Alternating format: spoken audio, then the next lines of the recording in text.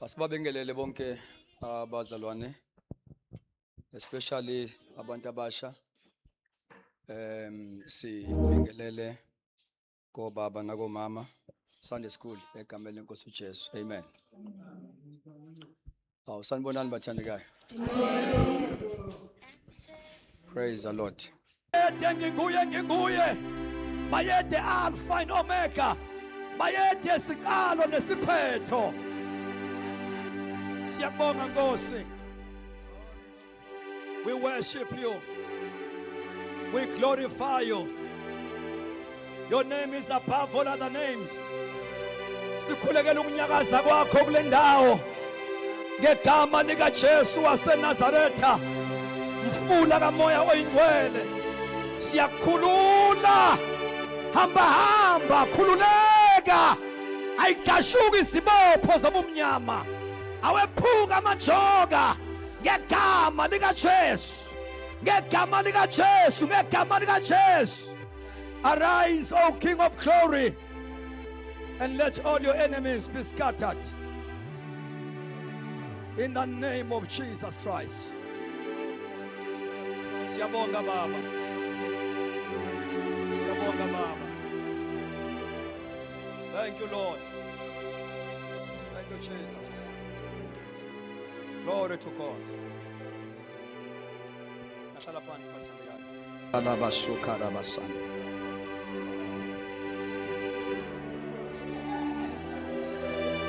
Thank you, Holy Spirit. Thank you, Jesus. Thank you, Holy Spirit.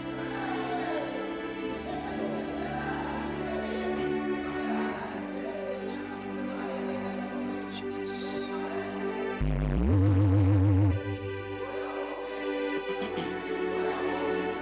Thank you, Holy Spirit.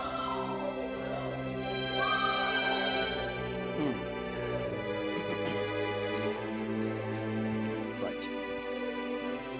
Now, sizoqhubeka ke bathandekayo. Now,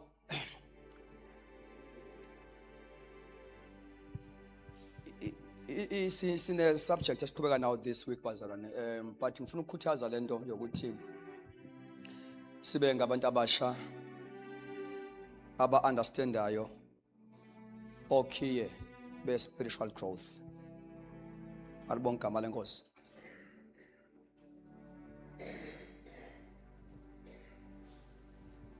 Uma ufunda incwadi asizoyifunda ngiyadlula nje la. Lapha kuyizenzo 2 verse 42.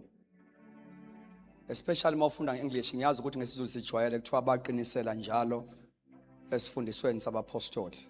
Amen. Now nje le ndawo ethi baqinisela.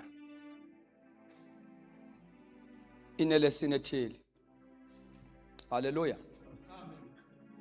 So ngithanda kakhulu kodwa la kweEnglish kuthiwa they devoted themselves to the apostles' doctrine. In New King James they continued steadfastly to the apostles' doctrine. The NIV they devoted themselves to the apostles' doctrine, fellowship, breaking of bread, and in prayer. Amen. So leyo ndawo ethi steadfastly kuyisizulu kuthiwa uqinisela kulama early church practices abala lapha kwakuyimpilo yabandla ya daily basis.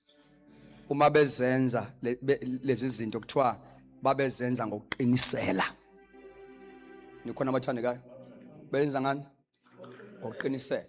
Okusho ukuthi uma uzokhula enkosini leya ndawo ye doctrine, apostles' doctrine, they devoted themselves to the apostles' doctrine.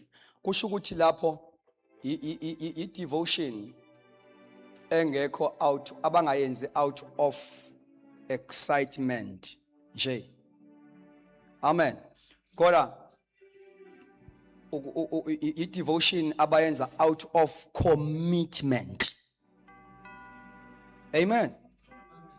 So uma uzokhula enkosini kule ndawo yesifundiso esiphilileyo, apostles' doctrine, you need to commit yourself. Hallelujah. You need to commit yourself, not out of excitement. You see, uzikomita kuyavuma noma kuvumi. Ngoba iBhayibheli lithi malikhuluma ngama negative signs ebandla lensuku zogcina. Enye yawo uthi uPaul mayikhuluma noTimothy, second book of Timothy, I think it's chapter 4 verse number 3. Uthi abantu beinsuku zogcina bayoba ngabangasibekezeleleli isifundiso esiphilileyo. Lawo English kuthiwa they will not enjoy sound doctrine. They will not enjoy sound doctrine. So uyibuza umbuzo ukuthi why we have to enjoy sound doctrine? It's because ngoba sengishilo ukuthi we need to commit ourselves, not out of excitement. Amen. We need to devote ourselves not out of excitement but out of commitment. Kusho ukuthi lento siyazicommita kuyo, kuyavuma noma kuvuma. So when it comes to sound doctrine, you enjoy, you don't enjoy. Ngoba i-sound doctrine ayikufundisi into othanda ukuyizwa, yinto kufanele uyizwe. Kuyezwakala abathandekayo? And it challenges you, it challenges your character. The doctrine is there to improve, to bring improvement in your life. Ngamagama yinto kufanele ukuthi uzicommite kuyo with that understanding. Ikonto ngifuna ukudlula kahle ngiyisho nizwe bathandekayo. You see njengoba ngifundisa nje akufanele ngikutshele into othanda ukuyizwa. Kufanele ngikufundise into okufanele uyizwe. Angithi uyabona umzali mangabe ekhulisa ingane, uyise esikoleni, hayi ngoba ithanda ukuya esikoleni ingane. Kodwa kufanele ayenzise into umzali ingane okufanele. Ingahlali ngai-understand because of ilevel ekuyona. Uma kumakhaza linizulu inqabe ukuya esikoleni ifuna ukulala. Kodwa umzali akayeki ukuthi hayi ngoba kumakhaza namhlanje lala ungaya esikoleni. He have to. Albon kamale ngosi. So when it comes to sound doctrine, kuthiwa ke but inisela. Because we enjoy sound doctrine. That is why sometimes we teach things as a challenger is status quo.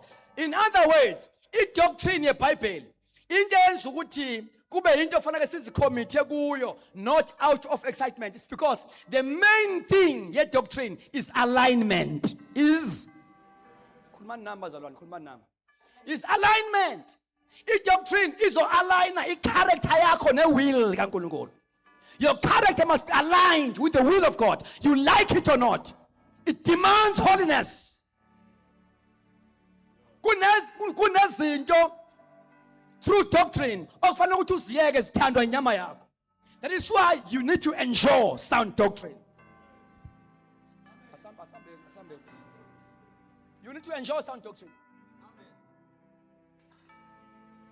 That is why if doctrine is prioritized, uyayibona ukuthi ibekwe ngaseqaleni and before kubekwe amanye ama pillars of growth early church, kubeka qala doctrine. They devoted themselves to the apostles' doctrine.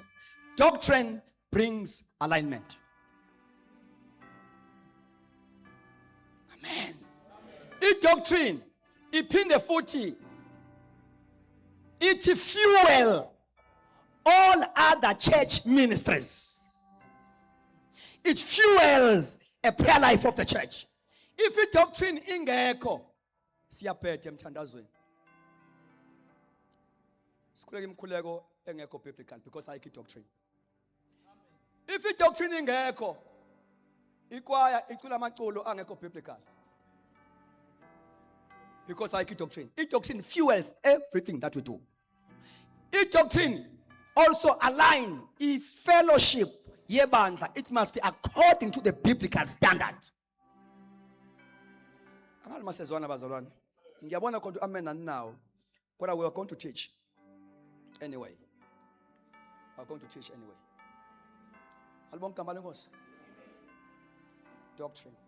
A doctrine is not sermon. It's not a preaching. Actually, the local church must become a house of doctrine, not of sermons. Ngoba asikhuli ngama sermons. Amen. I preaching inchumayelo inendawo yayo kwi spiritual life. Amen. I preaching. Kanti futhi ne doctrine. Yabona i preaching can inspire you, can motivate you. Kodwa a doctrine will ground you, will transform you. Inchumayelo ngashumayela nime ngezinyawo kodwa nihambe soka Sathane after that. Niphiliswa kwezwe. Nikhona abazalwane? Amen. Because a sermon does not necessarily kangako addresses your mind, but the doctrine addresses your mind. And mangifuna ukushintsha impilo yakho, kumele ngivakashele ingqondo yakho. I must address your mind in order to change your life. Because isimilo somuntu si generator engqondweni yakhe umuntu. Kuthiwa as a man think, so is he. Yazi ngiyakhuluma ngiyazizwa ngiyakhuluma. Ukuthi anginayi audience, kodwa ngiyazizwa ngiyakhuluma. Isimilo somuntu si generator engqondweni yakhe. You are what you think. I-behavior yakho, i-character yakho is determined by the state of your mind. So that is why uyakwazi ukusindiswa uphelele uzalo kabusha emoyeni wakho, ube nempilo, ube ne life of Christ in your spirit, kodwa ungabi nayo i-lifestyle kaKristu. Amen. Amen. Ukusindiswa kuyakwenza ukuthi ube nokuphila kukaKristu, kodwa ungabi nawe i-lifestyle kaKristu. I-lifestyle kaKristu ayizi ngokumukela uKristu. I-lifestyle kaKristu iza ngokumukela i-doctrine. So uyakwazi ukusindiswa uzalwe kabusha, ube ngumntwana kaNkulunkulu ophila izwe. Njengebandla laseKorinthi lalingenayo i-lifestyle of Christ, kodwa liyaprofetha na wonke ama-gift kamoya. Alibonke igama lenkosi. Sifundisa ngalo nangesonto masingena ekudumiseni, because kwakuyibandla elali-rich kuma-spiritual gift kodwa lipoor kwi-character of Christ. Kuyibandla elinama-divisions, kuyibandla eliyisana enkantolo. Nikhona abathandekayo? Kuyibandla elinobufebe. Kezwa abathandekayo? Ebandleni leyilimi. Sanibona man. Ebandleni leyilimi lama-tongues. Owangena khona uthi hey baze banoNkulunkulu abantu. Impilo esound spiritually awuyidetermine ngevibe yeyiphiwo sikamoya. Uyidetermine ngecharacter after service.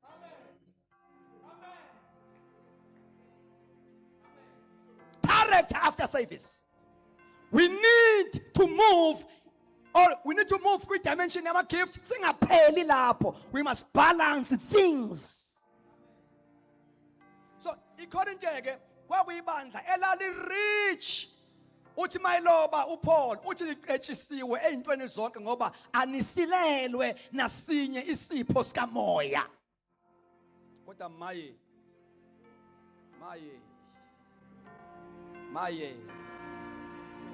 kukhona isono esingenziwa nangabangakholwa siphakathi endlini yenkosi ebandleni kubazalwane. Isono esingenziwa nabangakholwa. Oh bazalwane, can I speak? Right. You know, la endabeni yesiphiwo sikamoya kukhona imfihlo ofanele siyibuke la. Can I have 3 young people abasindisiwe bezela ngaphambili? Khona ngifuna siyibuke, angiyexolisa abathandekayo, ngibongcele nje yangidiverta. Nginayo idoctrine engiphetheyo. Now, angifundela ufunde nje mhlambe nge-New King James. Ngiyakulento ukuthi kumele sazi ukuthi how dangerous it is ukuhamba ngesipho ube ungahambi noNkulunkulu. Ngoba kupossible lokho. Ingozi yesipho siyasebenza noma usuwile. Ingozi yesipho siyawakhela ifavor yabantu.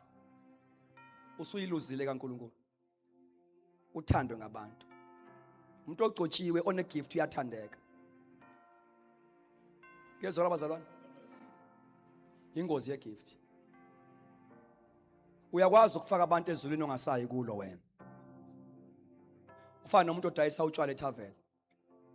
Ethe ngaphuzi badakwa abantu esale soba uyabadayisela kuphela. Sinjalo isipho kumuntu ongasekho in good standing with God. So 1 Corinthians chapter number 12 verse 4 up to verse number 6. Ikhonto ekhulunywayo lapha ngicela ungifundele.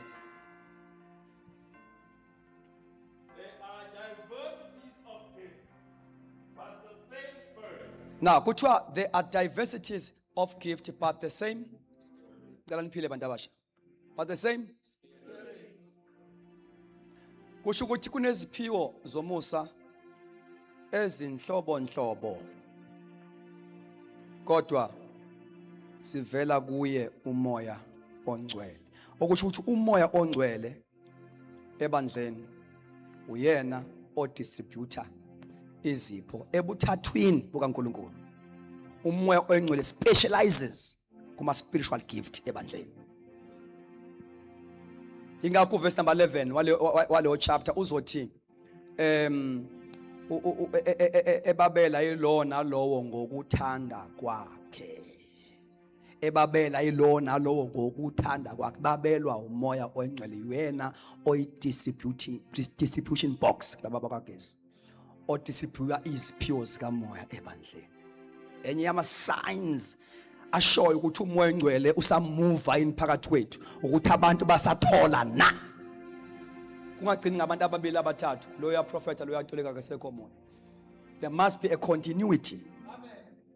Umoya ongcwele active ebandleni abantu bayahlelwa bayagcwaliswa from time to time. But my main switch isiwile. Kule distribution box sisala ne procedure kuphela ama manifestations angabibikho. Angabikho ama manifestations sibambe inqubo. Yabona inqubo ine advantage ne disadvantage. Alibonke abalenkosi iadvantage yayo ilethi order ebandleni. But I disadvantage siyakwazi ukuhamba ngawo noma sesiwile ngoba siyayazi. Futhi nabantu nje abangama agents of darkness abangaplantwa isithi ebandleni basindiswe ukusindiswa mbumbulu babamba inqubo yethu bayakwazi ukusikhonza belandela iprocedure. Kodwa ukhona highway abangakwazi ukungena kuwona. Kuthiwa iyakuba khona indlela yomendo iyobizwa ngo-highway. Kuthiwa ke highway ilwana ibhongayo ayitholakala la. So asikhonzi nezilwane ezibhongayo ngoba ayikwazi ukuhamba highway. Akumele sibe ibandla eligcina lihamba la ongahamba khona nezilwane ezibhongayo. Our prayer and our desire highway. Oh, nikhona kodwa bazalwane. Highway uchallenge wonke umuntu ofika ebandleni, uhighway wendlela yokukhonza ngokwezinga likamoya. Wenza ukuthi angabibikho umuntu ojaha ukuparticipate engekho right with God ngoba the standard of worship indlela esikhonza ngayo challenges everyone. Chapter 2 book of Acts verse 43 kuthiwa abantu bafikela ukwesaba kwi local church yase Jerusalem. Kuthiwa bafikela ukwesaba ngenxa yezinto ezazenziwa umoya ongcwele ngabapostoli. Bafikela ukwesaba ngamagama inkonzo ayithatheki for granted. Lalelani bathandekayo. ibandla elingakhonzi ngomoya alinaso isidima sikamoya. Nombani uyakwazi ukuma la ngaphambili Ngoba alinaso isidima. Into eyenza ibandla, the house of God, ibe nesidima, ibe nenhlonipheko egodli, yimove kaNkulunkulu ebandleni. Nalokho kukhonza ngomoya kuba ukukhonza ngomoya okuyi-order yeBhayibheli. Noma singaqale ordeni, siqala ngokungena bese sifaka i-order, but at the end of the day there must be an order. Why order? Why order? I-order reveals a true nature of God. Ngoba uNkulunkulu kayena uNkulunkulu we-confusion, uNkulunkulu we-order. hayi order yabantu, i-order ebiblical. Nikhona amathandekayo? Hayi order yani, ikhona order yabantu. All right, ngiyazisa ngikhuluma into eziningi ngesikhathi esodwa kodwa ngilandeleni ngizongizwa khona la ngiyakhona. You know, uma Paul efaka i-order ku chapter 14 book of 1 Corinthians, Read it carefully and see i-wisdom kaPaul. Leli bandla line confusion. Lina nibathandekayo? Khulumani. ubani uthi uzonishaya? Anikhuluma. Khona ngisabisile. Line confusion kuyaphithizela. Izilimi uhalabhalu. Nikhona amathandekayo? Yizwa ukuthi uthini verse 39. Uthi Desire earnestly to prophesy. bayaprofetha vele. Uthi don't forbid to speak in tongues. Ziyakhulunywa vele. Oh, and yizo ngo ilimi lezi edala disorder, because he was trying to strike a balance between a prophecy nama tongues. But it's like ubafaka more umoya. No, he approach yes spiritual leader. Mayifuna ukufaka i-order. He encourage. Uma ifika verse 40 uthi ke okay, having said desire, having said don't forbid, but Let all things.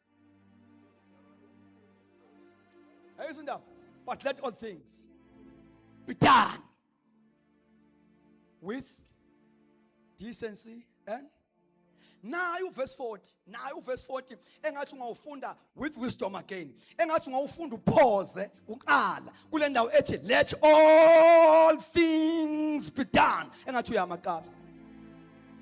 before sizothi with decency and order ake sibone qala ukuthi kuyenzeka na. Let all things be done. Akwenzeke konke kuqala. Mase kwenzeka ke ngenhlelo nangemfanelo. Kodwa kubenjani? Khulumani. Hey, niyangibambezela ngifuna ukushumayela. khulumani akwenzeke qala. Ayingeni order kuma cemeteries la kuthuleke khona uzofaka order yani. Eyani order? I-order makwenze njani? Singakho isiphithiphithi. Lalala, i-order elethwa in a biblical way ayiqondene nomoya engcwele. We don't organize the Holy Spirit. We organize people.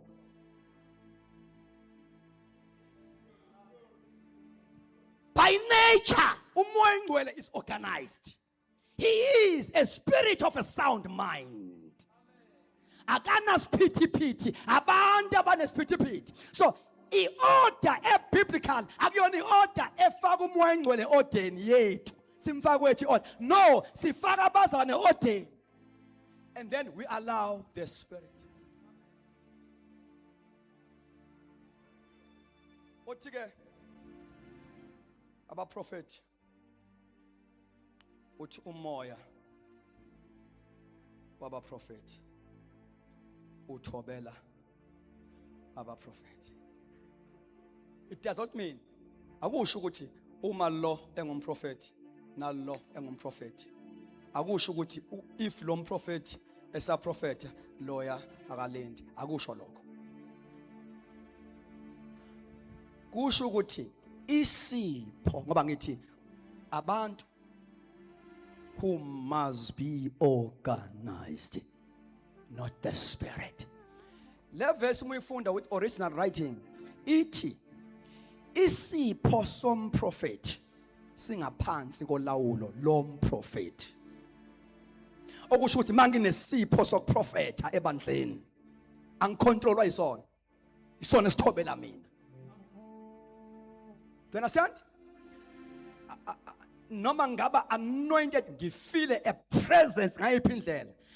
I-order biblically ithi I can albon gama lenkosi wait while others are doing something, because what I feel I'm not subject to it. I-gift le ekimina ingaphansi kolwami ulawulo mina engiprofetayo. Ibingeke ibe khona i-phrase ethi nidedelane kanti asikwazi ukuyibamba mase kunyakaza.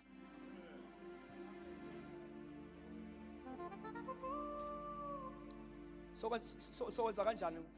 Uyabona into ethi 1 in 10. Niyabona niyamuza 1 in 10. Niyamuza 1 in 10 kulama verse aqala. Nikhona amathanda kayo? Uma kwambula utho komunye ohleze khona akathule oqala. So awukwazi ukuthula kanti ungaphansi kolawulo lesipho. Kodwa uzokwazi ukuthula if igift ingaphansi kweyakho icontrol. Kanti futhi kuyanceda if you have got a prophetic ministry or prophetic gift, is very important ukuthi you don't rush things. As you conceive something in your spirit, you must have time. All of few seconds. You must have time to wait and pray and discern before you can release any prophetic utterances. Ichache wena kala before si chache thina.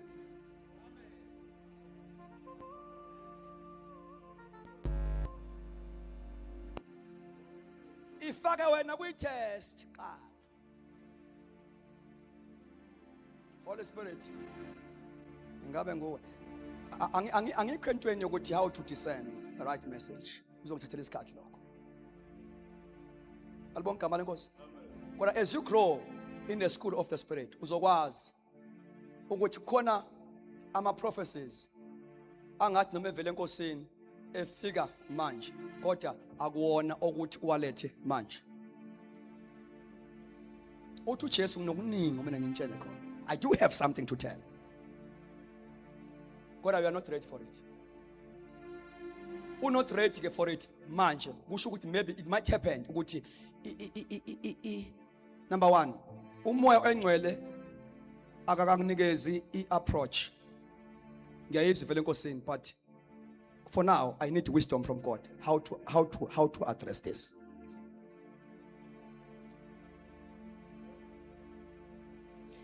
Prophecy. Softly, my brother. Prophecy. In matandikayo. uNkulunkulu prophetic message uyiletha kuwe raw injalo. Bese kuba irresponsibility yakho wena mprofeti. Alibonke igama lenkosi. Ukuyirepha. Angithi ma order impahla kwa Take a Lot noma uorder impahla uzolethelwa ngocourier guy. Lapha e-factory banikeza lama companies asupplyayo adelivayo bawanikeza injalo bese kuba lama companies asupplyayo umsebenzi wawo ukuthi bayirephe impahla. Nikhona amathandekayo kodwa from the factory bayithola injalo bese bona kufanele bayirephe. Okusho ukuthi mabe yirepha, number 1 kufanele ifike ingekho damage kwi receiver. 2 kufanele ifike yamukeleka. So ikhona role yakho. If you are a prophetic someone, you have got a role to play before you release a prophecy. uNathan, a prophet, uNkulunkulu umnikeza message of judgment to judge King David after elele nomkamuntu. In the school of the Spirit, There's what you call prophetic protocol. Can you all say prophetic protocol? There is a how part of conveying a prophetic message kubantu abakuma leadership position. There is a how part yokuletha a prophetic message ebandleni general. There is a how part yokuletha a prophetic message kubantu who are kings. That is why there is a protocol in prophecy. So uNathan, uNkulunkulu umnikeza a message of judgment to judge King David. Kodwa akayilethi injalo. I-approach kwafanele ivele kuye uNathan. uNkulunkulu ke through wisdom umnikeza illustration uDavid. uNathan ukuthi le illustration iyona as by approach mayiletha i-message ye-judgment kuDavid. Alibonga igama lenkosi. uDavid was a king with many wives. Kodwa walala nomkamuntu enabafazi abaningi. Uthi ke uNathan mayifika kuDavid, kwaukhona umuntu owafikelwa isivakashi. Mhlambe ngiyibeke accurately so. Kodwa khona ilesson efuna ukuletha lapha. Uthi manje uma kufanele ukuthi ahlabele lesi sivakashi sakhe, ucebile yena. Nikhona abathane kayi? Unemfuyo eningi. Kodwa instead ukuthi ahlabe kweyakhe imfuyo, wayothatha kumuntu ongenalutho. Uthi uDavid lo muntu udeserve ukufa. Usho yena uDavid. Uthi kuNathan nguweke lo nkosi. Wayehenga yena. Because this is a king, akwazi ukuza kuye ngobuso. Wathi nguweke lo nkosi ngoba uthi uNkulunkulu. Kahle kahle le illustration was not a prophecy, was an approach. But a prophetic message ye judgment ile as after illustration. Ngoba ithi ke isho kanje ke inkosi. Okusho lokokala is not from God but it's a wisdom. But nansi into engifuna ukisho. That is why kuma gift kamoya chapter 12 book of 1 Corinthians chapter 13 chapter 14 these chapters are organized in a systematic way.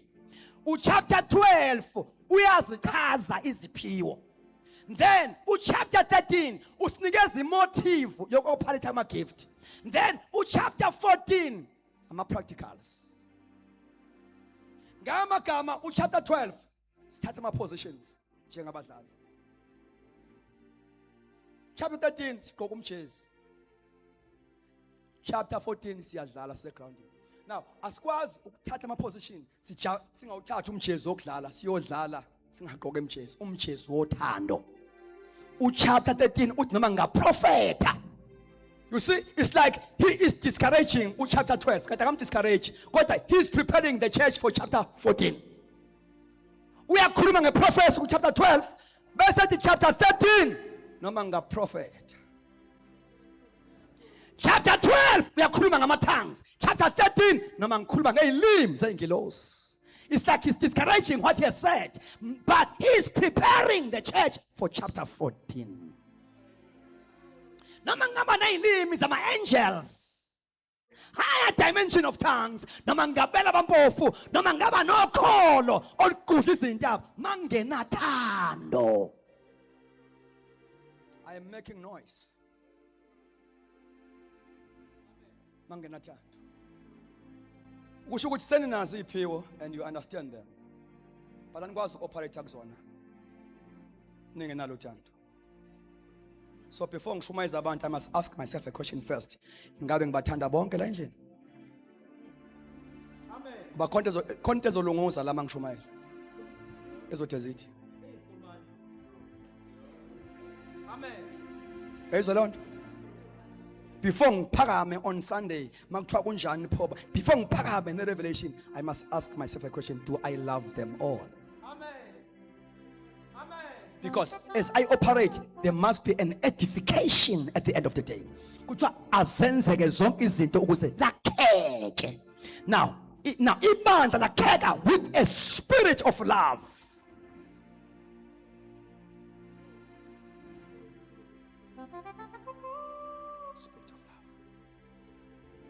Now, kuthiwa ke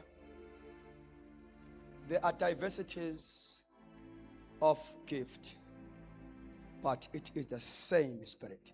Which means God, the Holy Spirit, comes with a gift. Verse number 5. There are differences of ministries, There are differences of ministries, yes. but the same Lord. That Lord is Jesus Christ. Kusho ukuthi uJesu uza nama ministries. Uza nani uJesu? Umoya ngcwele uza nani? Uza nani umoya ngcwele? Nezipho ngithi. uJesu uza nani? Yeah, ama ministries alapha ku Ephesians 4:11. Lawa 5. He gave some to be apostles, some prophets, some evangelists, some teachers, some. He gave some. Loya he, that is Jesus.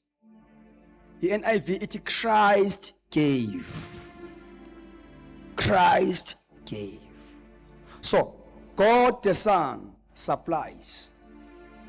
Ucebisa ibandla ngama ministries. God the Holy Spirit ucebisa ibandla ngama gift. There is a difference between a ministry and a gift. Praise God. Gifts are ministries. Ministries are leadership gifts.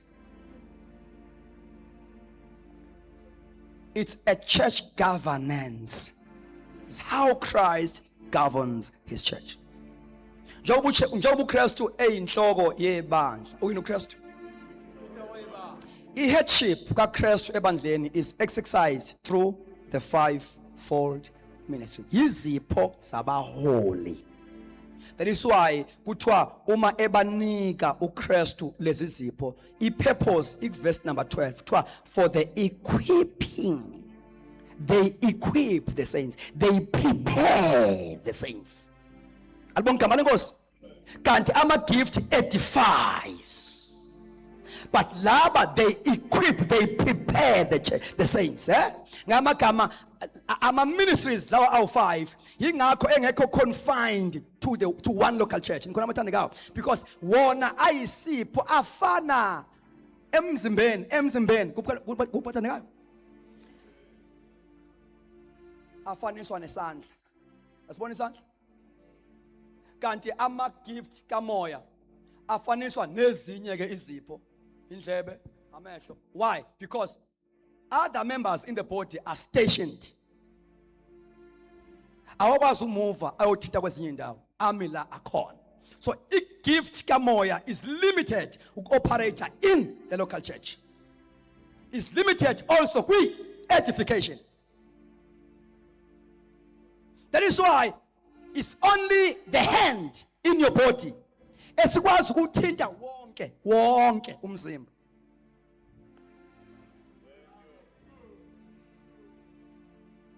Lokho kusho ubizo lwe-5-fold ministry babizelwe emzimbeni. That is why ngiyangena e-faith mission. That is why ngiyangena esheshi, ngiyangena lapha ngoba angibizelwanga kwi-denomination, ngibizelwe emzimbeni.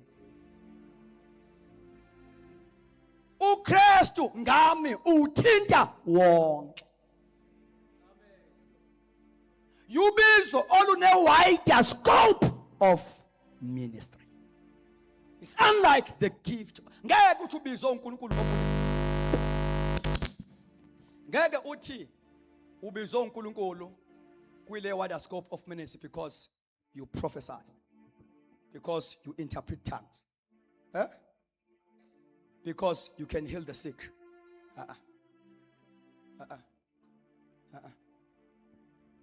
I-gift leyo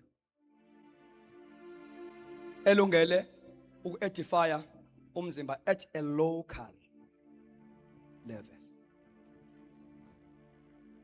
Yokuthi sengiyaphuma nami ngoba ngibeka umuntu isandla waphila okanye ngikade ngahle ngiprofeta la enkonzweni. Cha, Fana ube la. Fana ube kuphi? Bebaza ngicela ukubuza, iyanibhore teaching? Yini phone ngabe excited ningaphili? Yini ngathi niyamangala nje?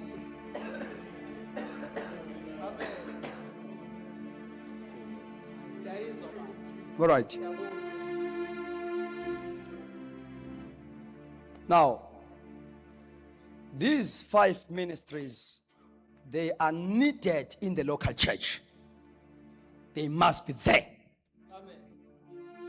Because that's how Christ lead his church.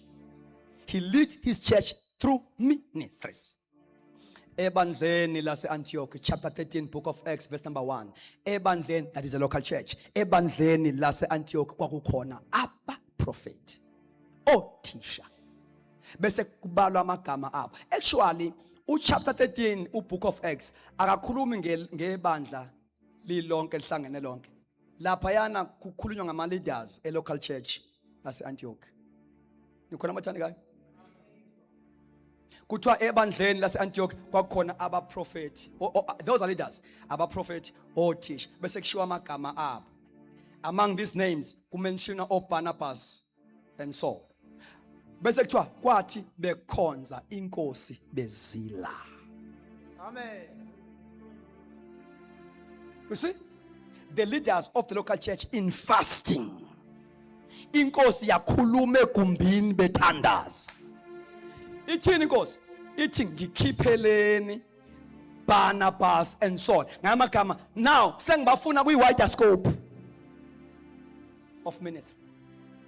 Sebenzisevile kwanele. Ikhona amathandekayo.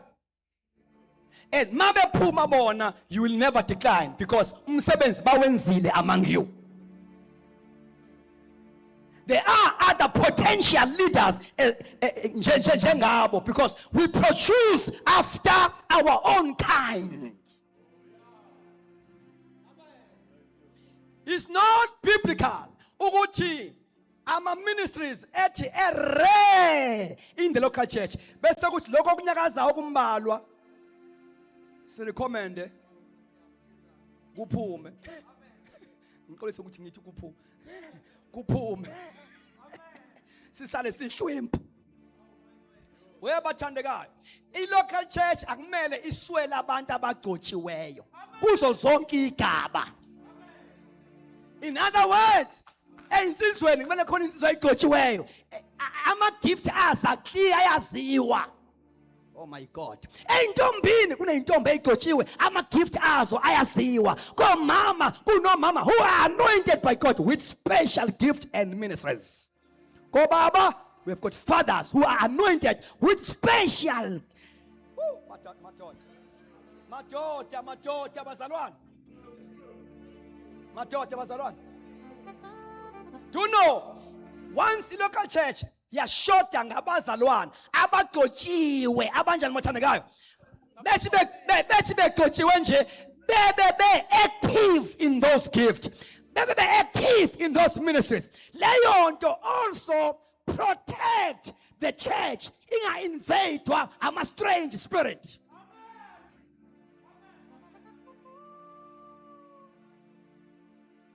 Two, leyo nto yenza ibandla mangabe likhonza sazi ukuthi na kanjani. Asidependi manje siba ibandla elingadependi kumfundisi. Lingumzimba okwazi ukuzakha. Umfundisi become a specialist. Kuba lamalunga are no longer spectators. They've got contribution ekwakhiweni kwebandla. Because here are gifts and ministries, not positions. Hayikhundla ama gift. Nama ministry. Oh my God. Oh my God. Sikhona abathandekayo. Amen. That is very important. So, uKristu ke uza nani? Nama ministries. Ebandleni. Praise God. Uyena. Ama ministries awatholi kwi theological seminar. Ngaba na theology ngilazi iBhayibheli A to Z. Akho Bible college eyenza abanye babe ngabaprofeti. Eyenza abanye babe ngabapostoli. Eyenza abanye babe ngothisha babe no.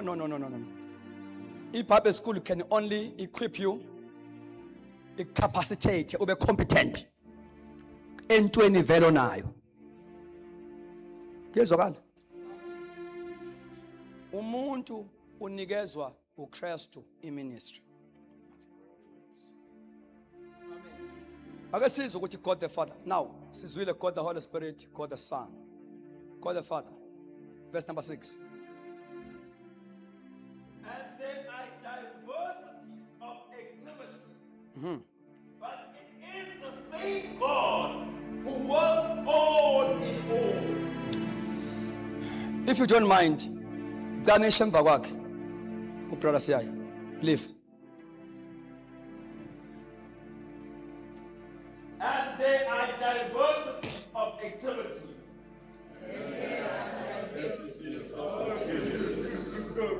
But it is the same God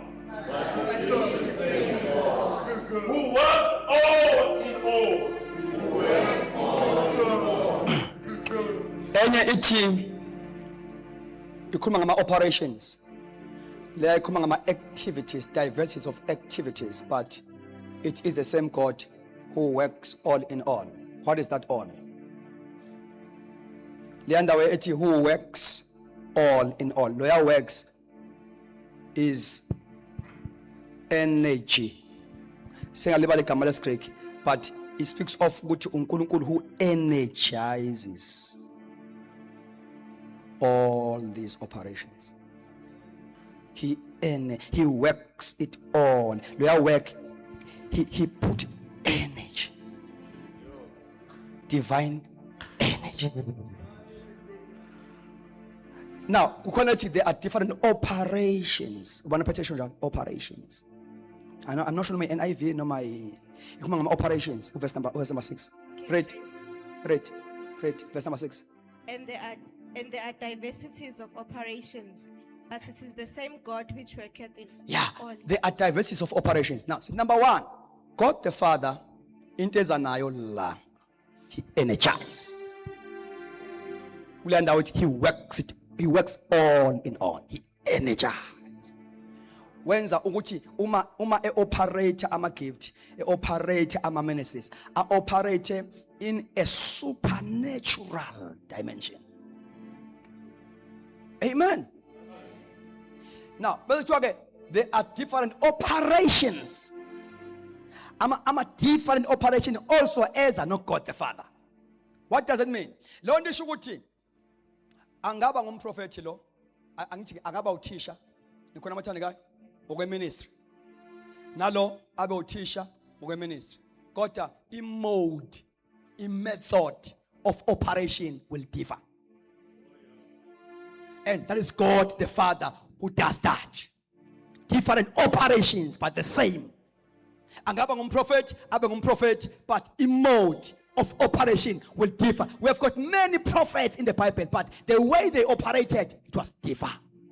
So God the Father comes with different operations.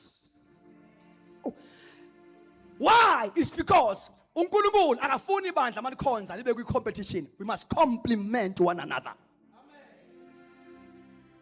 That is why ama gift nama ministries akuona our computer. Awukwakhe ibandla and we complement. I'm not here because I am better than the local pastor. I'm here to complete.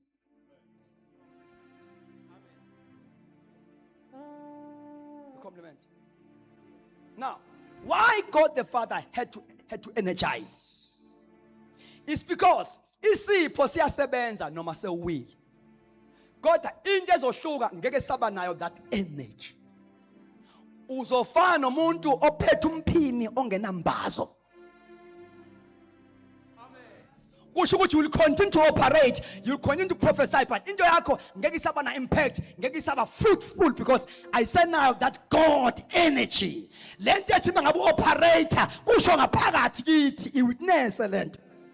Ngoba kumele sifike kulo level webathandekayo. Uma ngabe ngiministerisha la noma ngabe kuthiwa samukele prophecy.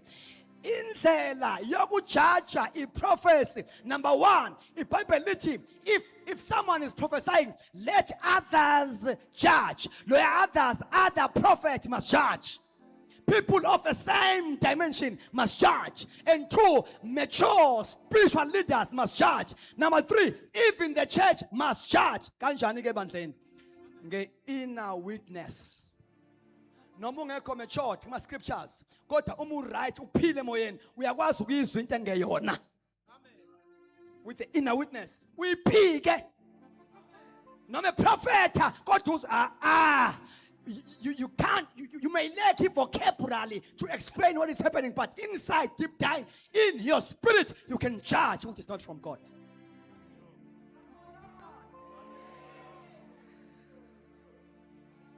Oh my God. Oh my God. Oh my God. Amandla ebandla. Number one, asikwazi ukuba namandla ekhonzeni when we lack doctrine. That is number one. Two, ngeke sibe ne-impact ekhonzeni when we lack the vibe of the spirit. Power and doctrine must go together.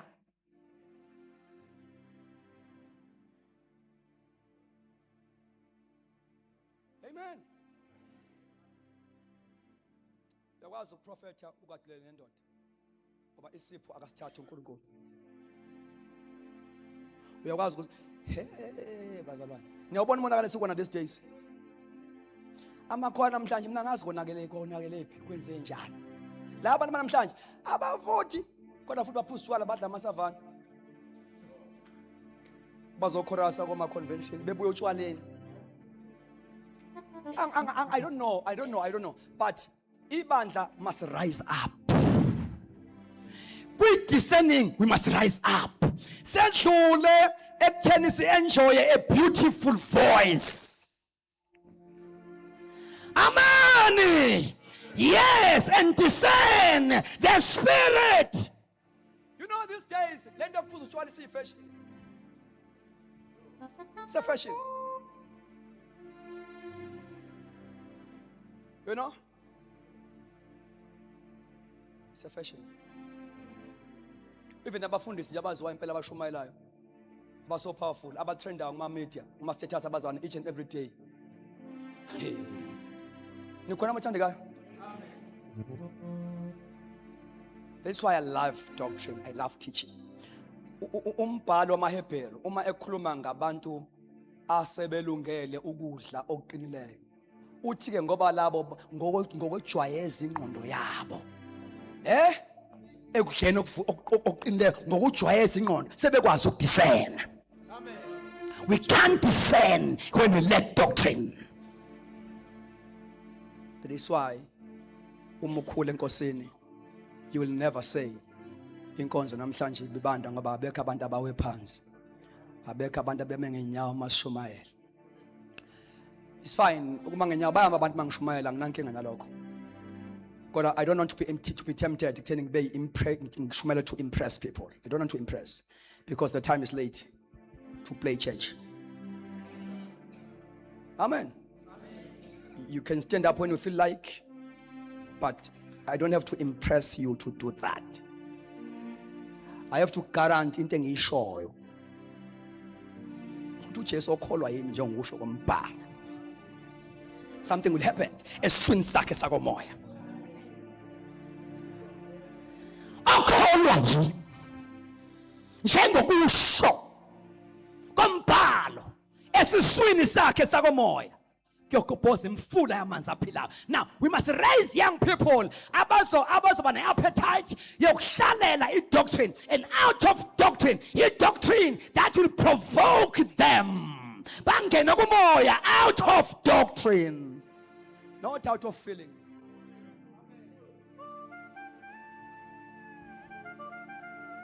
Out of doctrine.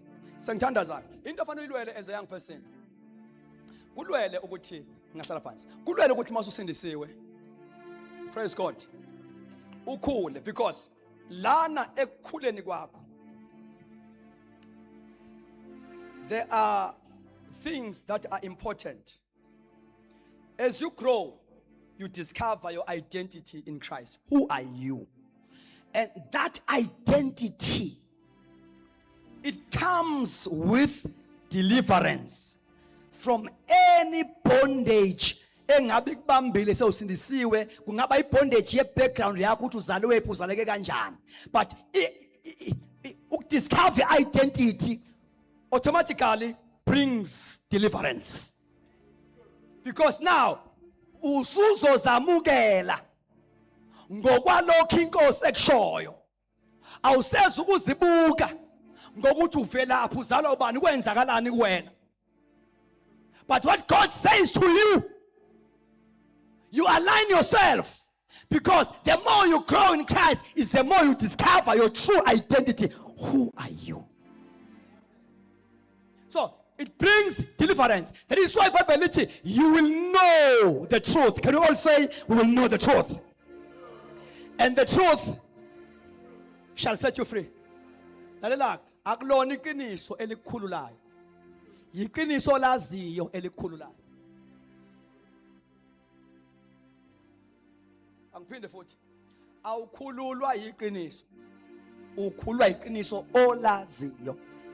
And lolu lwazi akhuluma ngalo uJesu ku John 8 verse 32 31 32 athi you shall know the truth, and the truth is not just a sense knowledge. Akulona ulwazi oluza in a form of information, uba informed ngento ethile. No, it's a revelation knowledge. Ulwazi olwambuliwe. Right? Ulwazi olungenasambulo alumsizi olwaziyo. Uyasidla isono wazi ukuthi kuyisono lokho engikwenzayo, because une knowledge without understanding, without revelation. Nikhona abazalwane? Ufuna ukuvala. Incwadi yezakha iphethe 3 key words. Iphethe knowledge. Can you say knowledge? Understanding. Wisdom. Fana ufike la ku wisdom. Udlule ku knowledge. Ungene ku understanding. No, understanding what you know. Uzongena ku wisdom. Good application of what you understand. So, in knowledge is a collection of facts through the study of the word, through listening my teachings. You acquire, you collect knowledge. Then, knowledge onayo. Then, umoya oyingcwele will bring understanding. Alibonga igama lenkosi. That is why mawusindisiwe niyahlangabezana noNkulunkulu ekukhuleni kwakho. Unento ofanele uyenze nihlangabezana halfway noNkulunkulu. Wena you must study the word, you must read the word, you must listen to the teachings. Then umoya oyingcwele will bring light to that knowledge. And then uqala manje understand into yaziyo.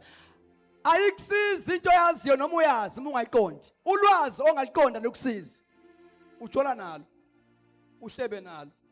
Ungayikhiphi ishumu wazi ukuthi wrong ungayikhiphi ishumu, ungayikhiphi ngoba una understanding ne knowledge. He had knowledge ayimsiza umuntu. So knowledge is a collection of facts through the study and also listening to the teaching. 2, understanding is a good interpretation of what you know. Which you can interpret correctly what you know. Then wisdom now, now you can apply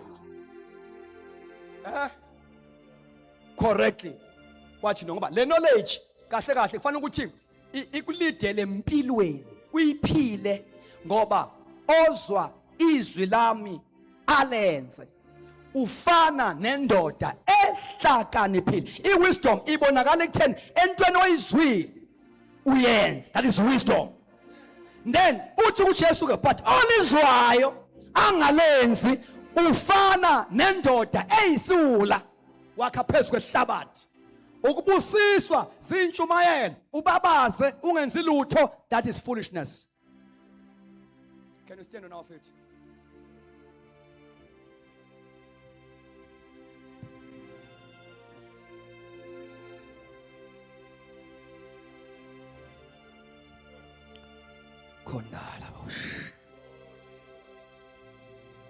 Now, mthandazo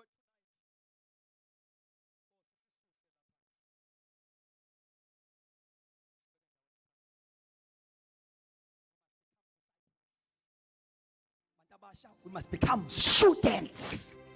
Usenkonzweni uphethe notebook, uread, une attitude yomfundi, ungenzile uzobukela uZulu ukuthi uthini ke namhlanje. Ngeke ukhule ngokubukela uZulu. You will never grow. Ufike enkonzweni uthi nakhasi uyabuya futhi zoqhuma again. It's high time bathandekayo. I-Great Commission ngeke yenzeke ingekho i-maturity. Will produce young people abangama-spectators abasontayo because they have not yet discovered their assignment. Uqotshiwe njengoba la. Unento ezinkulu, une-gift, unesipho, alikho ikholwa eli-giftless, alikho ikholwa eli-ministreless. There is something that you have, but lento will remain dormant up until you are activated by the doctrine. Siphakamise izandla. Oh my God. Ngosibheka ibandla.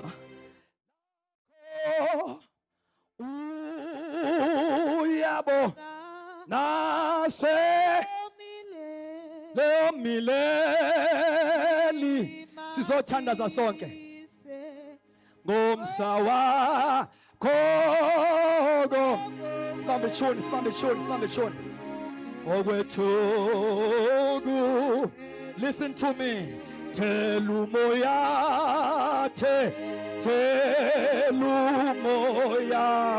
oyingcwele phezu kwabantwana phezuba bantwa. Siyahlabelela bathandekayo, siyahlabelela vuso wakho umsebenzi vuso wakho umsebenzi ibachazwe. Jesus Christ.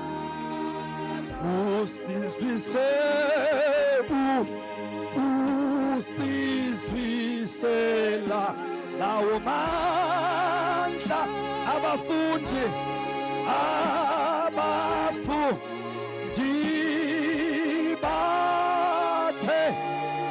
bathenjiswa ngesilifu.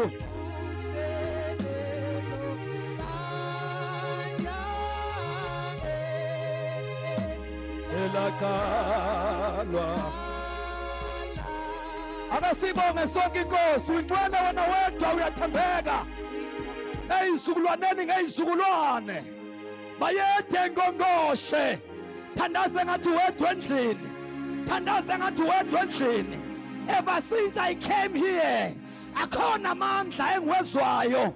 Ngizwa inkosi nyakaza so powerful. All we need to do is to open our hearts. Yes. We must not hinder what God wants to do in this place. Mantala bakashad. Ngegama lika Jesu. Ngegama lika Jesu. Akhona amandla. Yes. Inkosi isemsebenzini. Mantala bayam. Ola bashanta rakapantola bashanda yelaba kushalaba rekenta pakatola. Izinkosi raise abantu abasha ngegama lika Jesu namandla, who will walk in character in the name of Jesus, who will walk and demonstrate some spiritual gift ngegama lika Jesu. Allow umoya ingcwele akusebenze. Siyabonga Baba. Oh, King of Glory. Siyabonga moya ingcwele. Shanda laba. Zigobele tonight. Zigobele tonight. Zivusele ngegama lika Jesu waseNazaretha. Sibonga ukwazi inkosi ukuthi utheko lakho izwi lakho, upon this rock I will build my church, and the gates of hate shall not prevail against it. Sifuna ukuba yilelo bandla elakhiwa nguwe. Amasange Hades angenakulehlula. Bayethe inkosi yenkazimulo. Oh, vuka mkhono kaJehova, wembatha amandla akho. Vuka mkhono kaJehova, wembatha amandla akho. Khona labashanda, ungazibukeli phansi. Ikhona into uNkulunkulu akunikeza yona. Don't look down upon yourself. Ngegama lika Jesu waseNazaretha ngizwa umoya ingcwele engathuthi kuleli viki nalo bese lahla ithawula vuka uyithathe ngegama lika Jesu ijeni yakho noNkulunkulu isayinde. Oh Maya Elaya Shandalaya ko Zaniala Kabala Baba Usha. Hey Ola Maya Koshanda Kelebe Koshada Baya Ina Mahasuka Pa Kantele Kudaba Shunia Kapa to Kapala Zi Kapata Kali Kaposha Akona Magadango Akashugayo ngegama lika Jesu ayephuka amajogesitha. You shall rise. You shall rise. You shall rise. And the devil is a liar. Ingubo yakhe yabuya. Amandla akhe ayabuya. Ngegama lika Jesu. Ngegama lika Jesu. Ngegama lika Jesu. Konda la baba baba baba. Shonda la kapa la basukapa. Oh, ngiyayizwa imithombo. Ngiyayizwa imithombo. Ngiyayizwa imithombo. Ngiyayizwa imithombo. Bakhona bazoprofeta for the first time. Bakhona bazakhuluma ngezilimi for the first time. Inkosi yabagcwalisa. Amandla yabuya. We shall become a vibrant youth, vibrant young people. Oh my God. Konda la bashaka.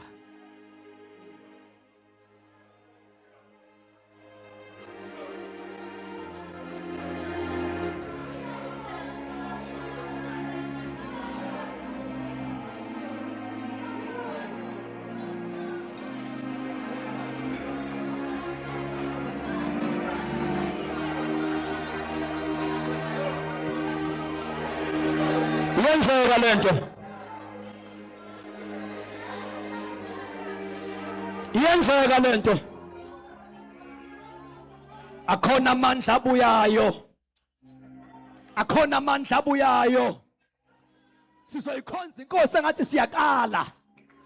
Our young people, they will operate kuJoel 2:28 ngegama lika Jesu. Our sons and daughters, they will prophesy. Our young men will see visions.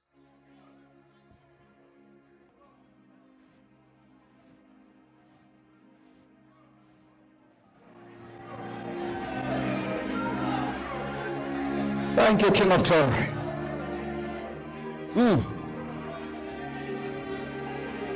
Thank you, Lord.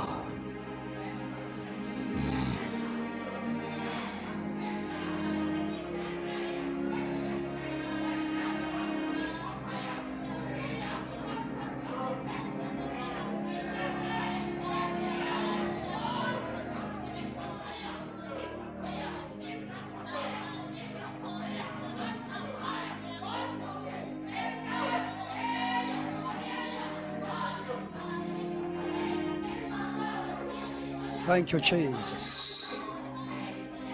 Jesus. Thank you, Jesus.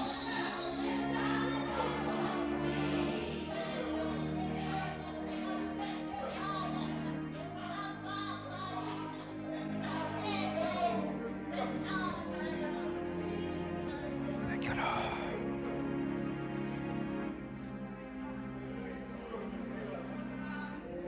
Siyafisa ubasiza inkosi ithini phakathi wethu. If there is any prophetic message. Thank you, Jesus.